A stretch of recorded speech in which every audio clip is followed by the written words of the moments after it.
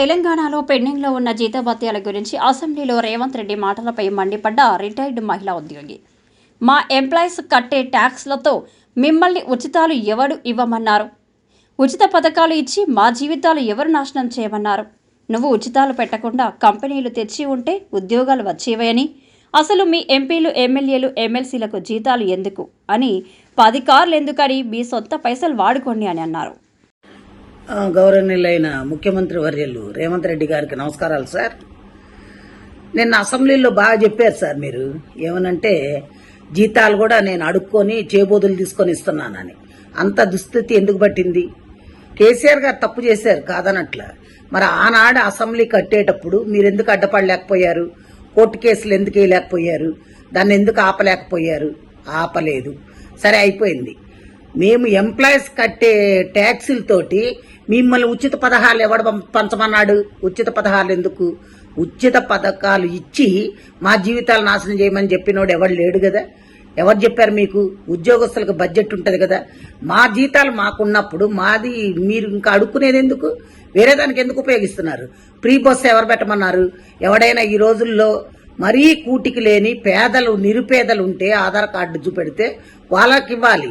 అంతేగాని ఒక కూలోడు బయటకు వస్తే 800 రూపాయలు, 1000 రూపాయలు మగవాళ్ళకి, ఆడవాళ్ళకి 800. అలా సంపాదిస్తున్నప్పుడు అది తీసుకెళ్లి ఎక్కడ పోస్తున్నారు? బ్రాందీ షాపుల్లో పోస్తున్నారు. అదే నువ్వు ఈ ఉచితాలు పెట్టకుండా ఉద్యోగాలు వచ్చే పొజిషన్లో చేసుండి ఇండస్ట్రీస్ తీసుకొచ్చుంటే కంపెనీల్లో ఉద్యోగాలు వచ్చాయి చేసేవాళ్ళు. అసలు ఇవన్నీ ఎందుకండి? 150 మంది మీరు ఎమ్మెల్యేలు, ఎమ్మెల్సీలు అందరూ ఉన్నారు కదా. మీ జీతాలు బంద్ చేసేయండి. మీకు జీతాలు ఎందుకు? 10 కార్లు ఎందుకు? మీ సొంత పైసలు పెట్టుకొని వాడుకోండి. కోట్లు పెట్టందే మీరు ఎమ్మెల్యేలు కావట్లా. అలాంటప్పుడు మీకు అన్ని వసతులు కావాలి. 1వ తారీఖు జీతాలు కావాలి, మీరు ఫండ్స్ కావాలి, మెడికల్ బిల్స్ కావాలి, అన్నీ కావాలి. ప్లెయిన్లో ఊరికనే తిరగాలి, ఇవన్నీ కావాలి. ఇవన్నీ ఎక్కడి నుంచి వచ్చినాయండి? ప్రజల సొమ్మండి, మేం కట్టే ట్యాక్సులు అండి. మా ట్యాక్సుల పైసలు మిమ్మల్ని ఉచితాలుగా వాడుకోమని చెప్పినోడు ఎవడు? ఏ రాజ్యాంగంలో రాసిందో చెప్పండి.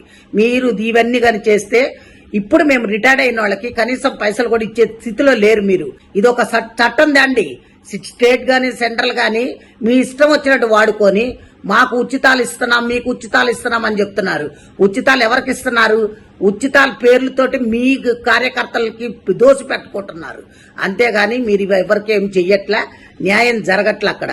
కాబట్టి దయచేసి మీరు ఇంకోసారి ఈ పిచ్చి సలహాలు ఇవ్వకుండా ఇప్పుడు ఎవరికైతే క్లాస్ 4th ఎంప్లాయీస్ కూడా జీపే పై పెట్టుకుంటే బిల్లులు ఇచ్చే స్థితిలో లేకుండా అయిపోయారంటే ఏమనుకుంటున్నారు?